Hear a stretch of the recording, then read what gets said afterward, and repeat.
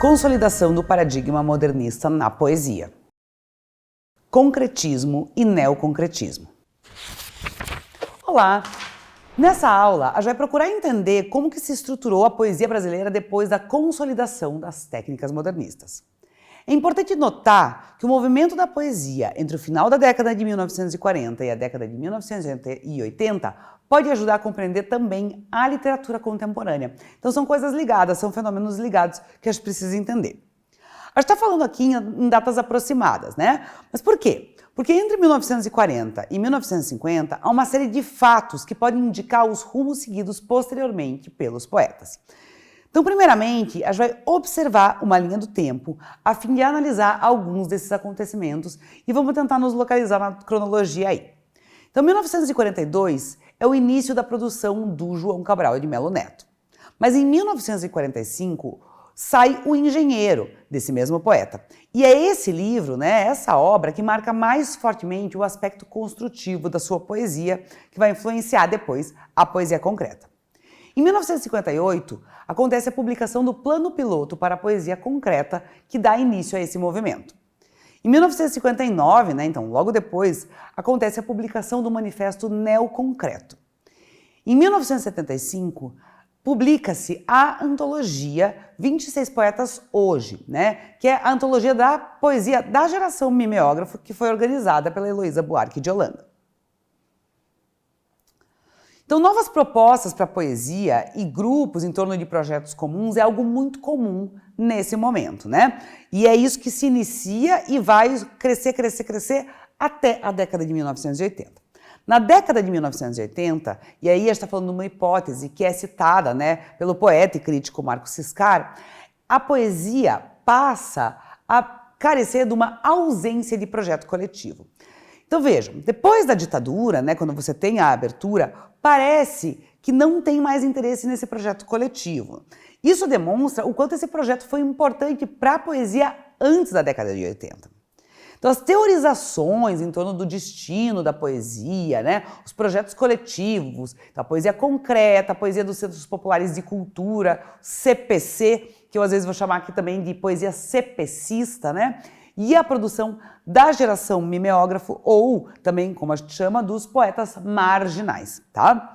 Existe uma oposição muito forte nessa época também entre os grupos.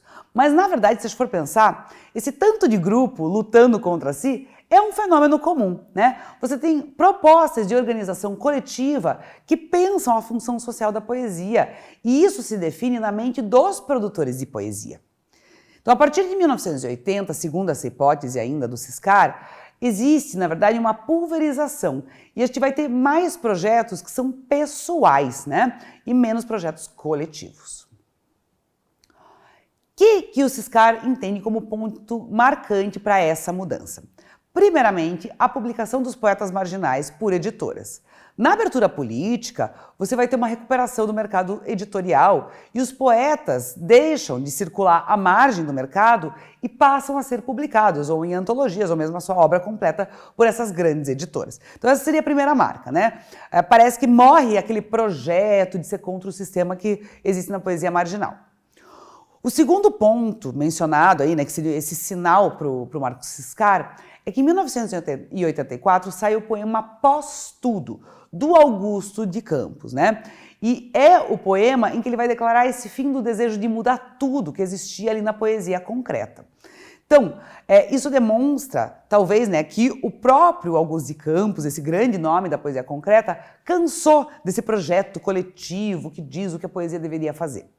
Além de tudo, logo depois sai o Poesia da Modernidade, da Morte da Arte, a Constelação, o poema pós-utópico do seu irmão, Haroldo de Campos, que decreta o fim da utopia que era necessária à vanguarda.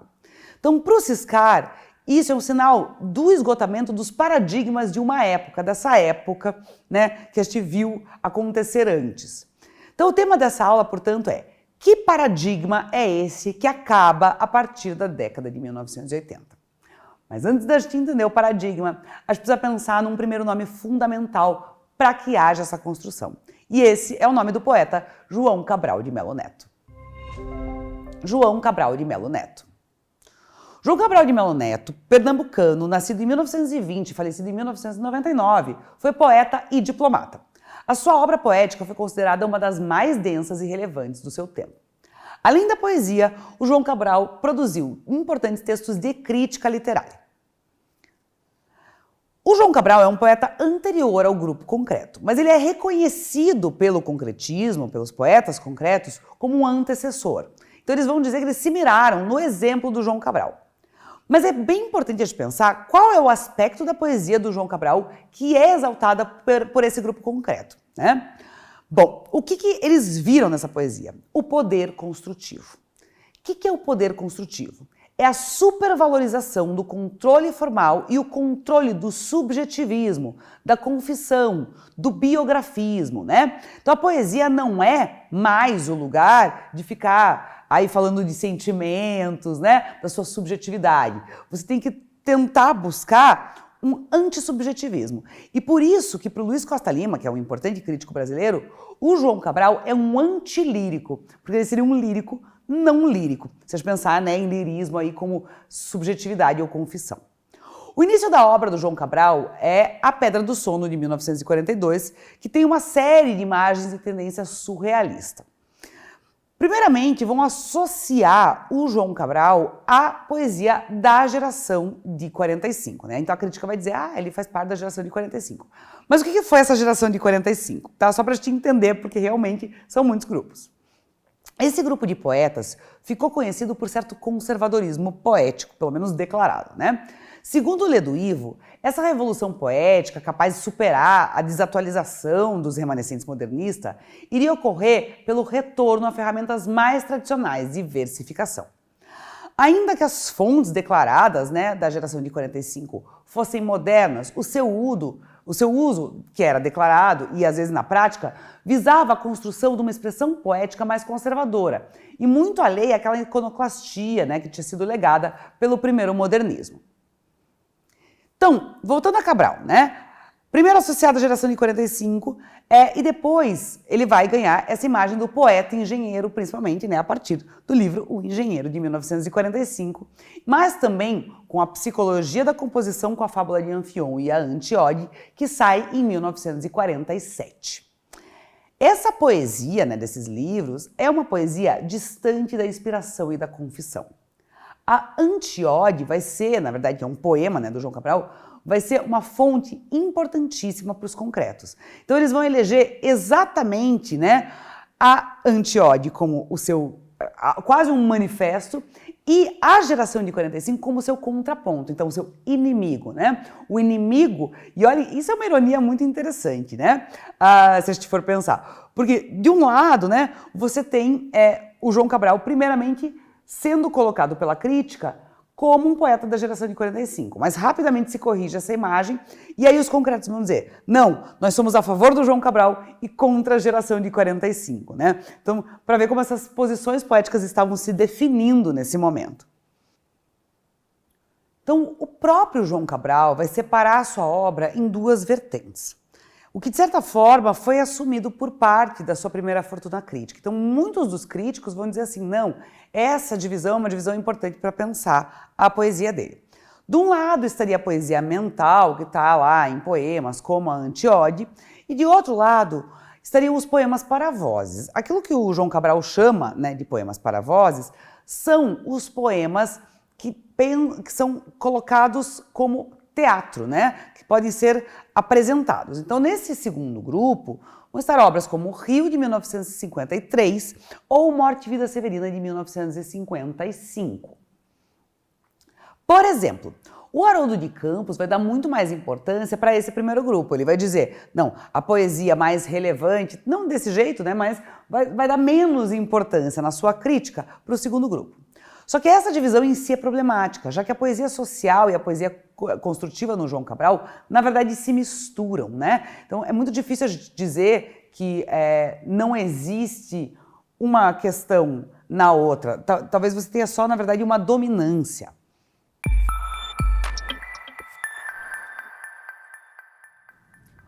Uma dica importantíssima de leitura é uma das obras mais aclamadas da literatura brasileira. O Morte e Vida Severina, que traz o título Alto de Natal Pernambucano, nos leva a migrar com seu protagonista, o Severino, e atravessar todas as adversidades pelas quais passa esse retirante em busca de condições melhores de vida. Nós recomendamos muito essa leitura dessa obra comovente que discute com coragem o valor da vida daqueles que parecem não valer nada na sociedade.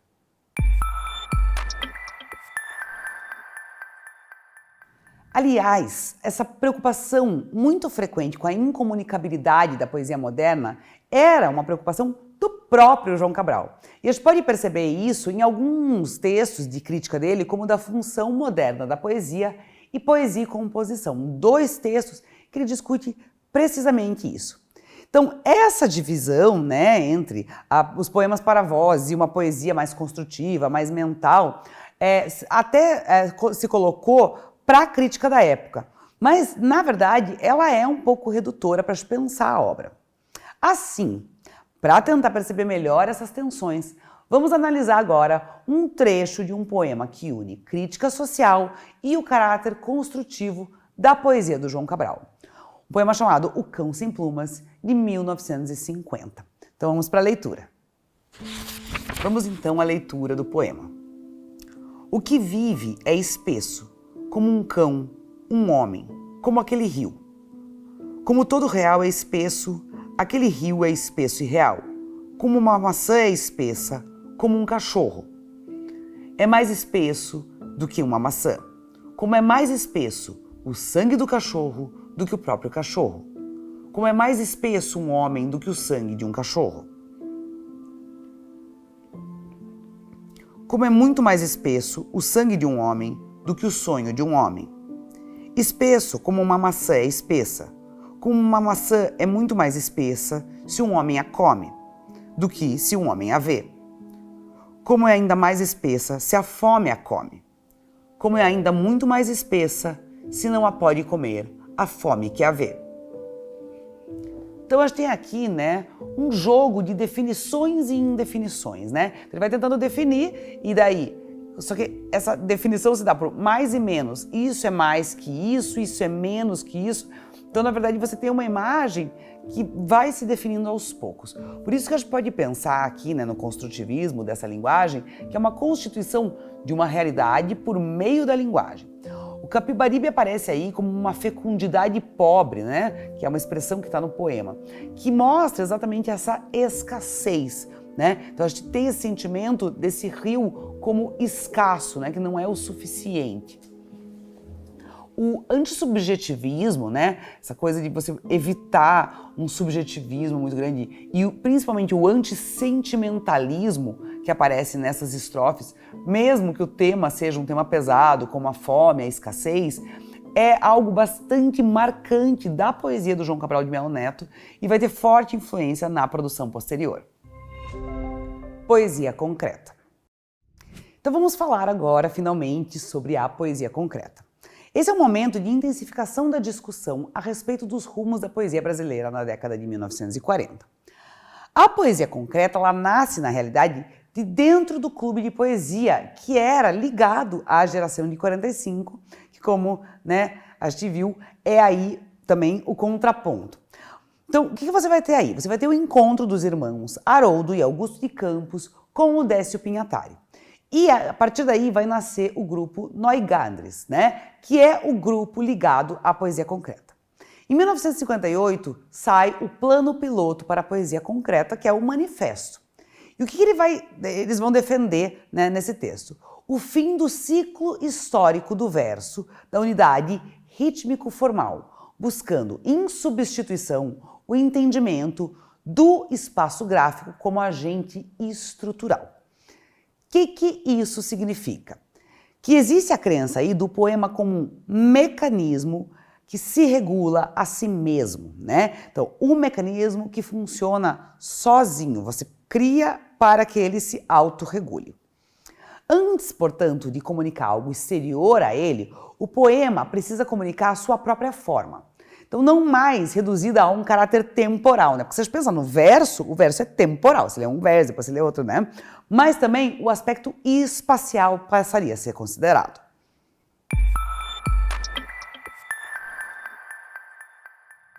Para saber mais sobre as ideias teóricas dos poetas concretos, bem como conhecer melhor a obra desses autores, vale muito a pena conferir o documentário Neugándrias, Poetas de Campos e Espaços, produzido pela TV Cultura e disponível no QR Code. Nesse documentário, os próprios autores do grupo original apresentam sua história, as suas intenções e alguns dos seus poemas mecanismos mais importantes. Então é muito legal, porque dá para conhecer esses poemas mecanismos que consideram aí também a parte espacial visual.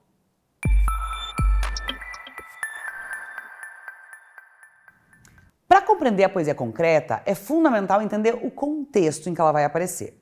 A citação que eu vou ler agora é de um texto do Haroldo de Campos, que recupera esse momento do nascimento. Então, o que ele vai dizer? A circunstância era favorável. No Brasil, edificava-se Brasília, a capital futurológica, barroquizante e construtivista há um tempo. O engenheiro João Cabral era nosso mais imediato antecedente. A conservadora geração de 45, com seus jogos florais, nossa adversária natural. Juscelino Kubitschek arbitrava com a envergadura de estadista o momento político-administrativo brasileiro, conseguindo, com seu plano de metas, equilibrar forças em conflito. Dá para pensar, por exemplo, na própria ideia de plano piloto, né? Então, o manifesto concreto é plano piloto para a poesia concreta. Essa ideia de plano piloto faz referência exatamente ao projeto do Lúcio Costa, que vai ganhar em 1957 a concorrência para a construção de Brasília.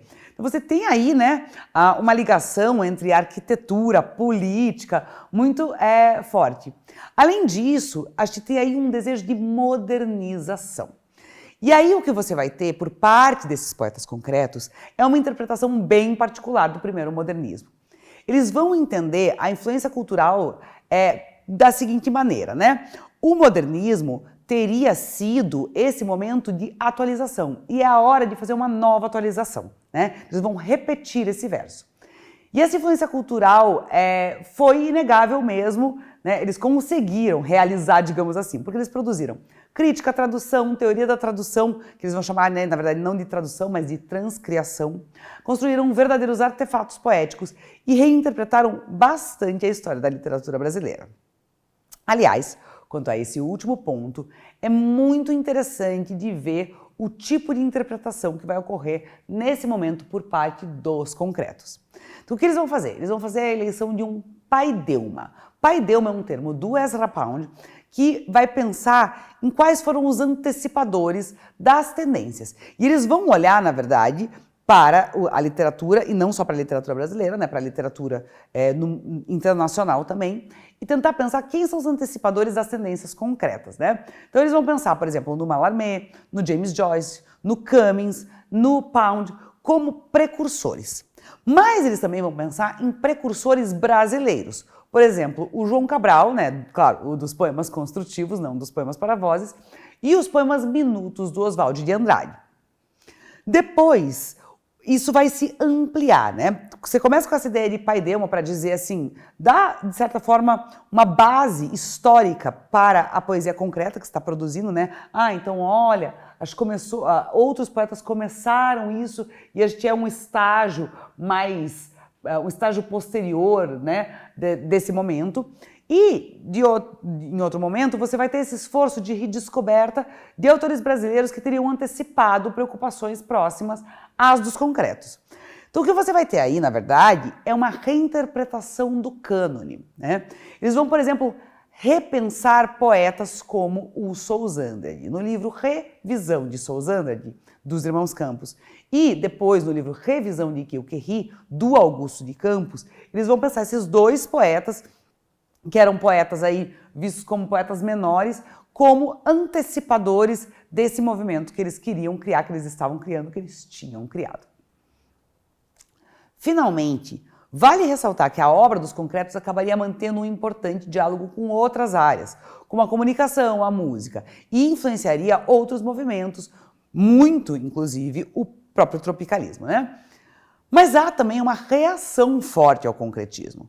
E isso porque a gente vai pensar aqui em algo que envolve uma pretensa oposição entre a ideia de experimentação e participação. Participação aí é participação política. Dissidências da poesia concreta. Então a gente tem que pensar um pouco nas motivações para essas dissidências que vão aparecer.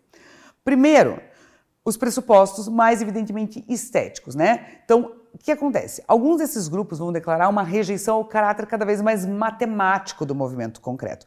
À medida que o movimento concreto vai se fortalecendo, vai se pegar muito essa parte matemática, né? E muitos vão se afastar.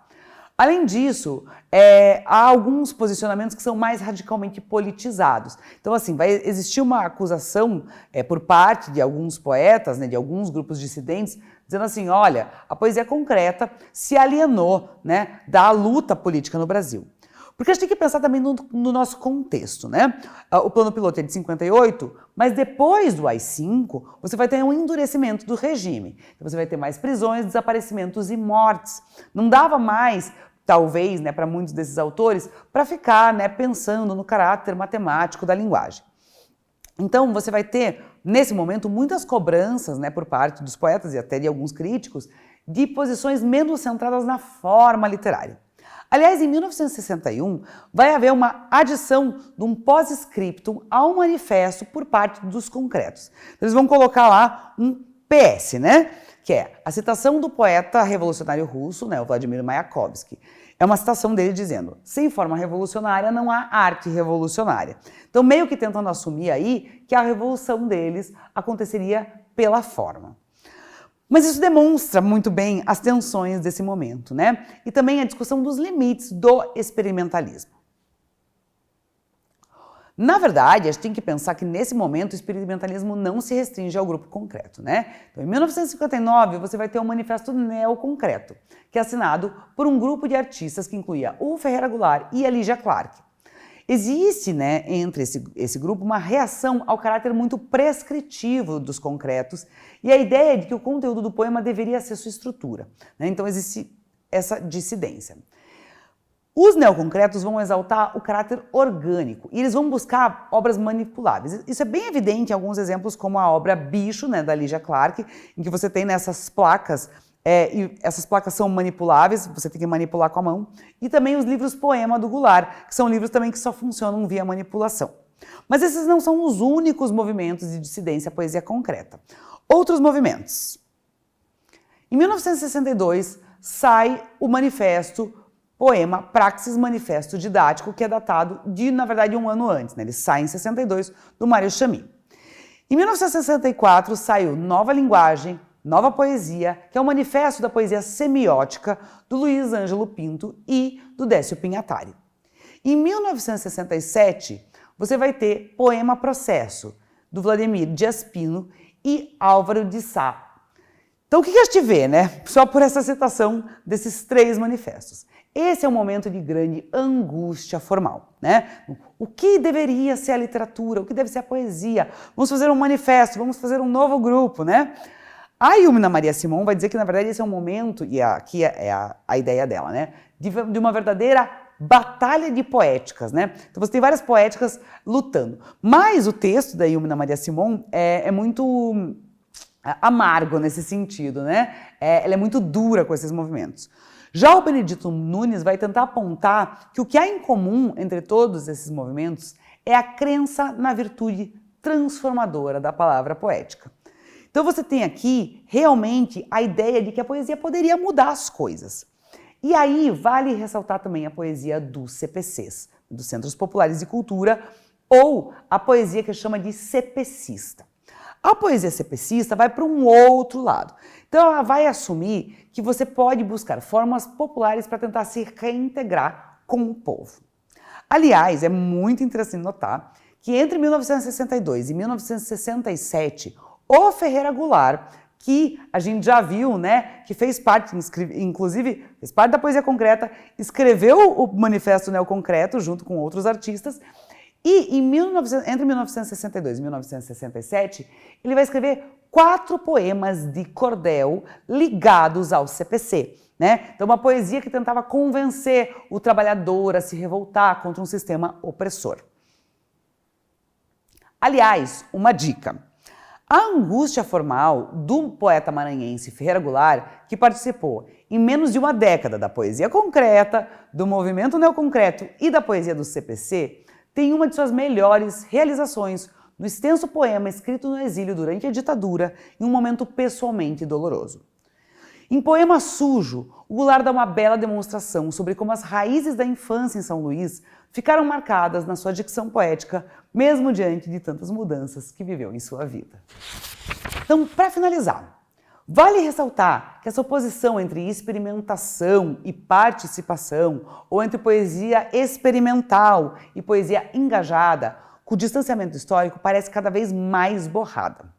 É preciso considerar, porém, que ela parecia, àquela altura, bastante real para muitos desses produtores culturais.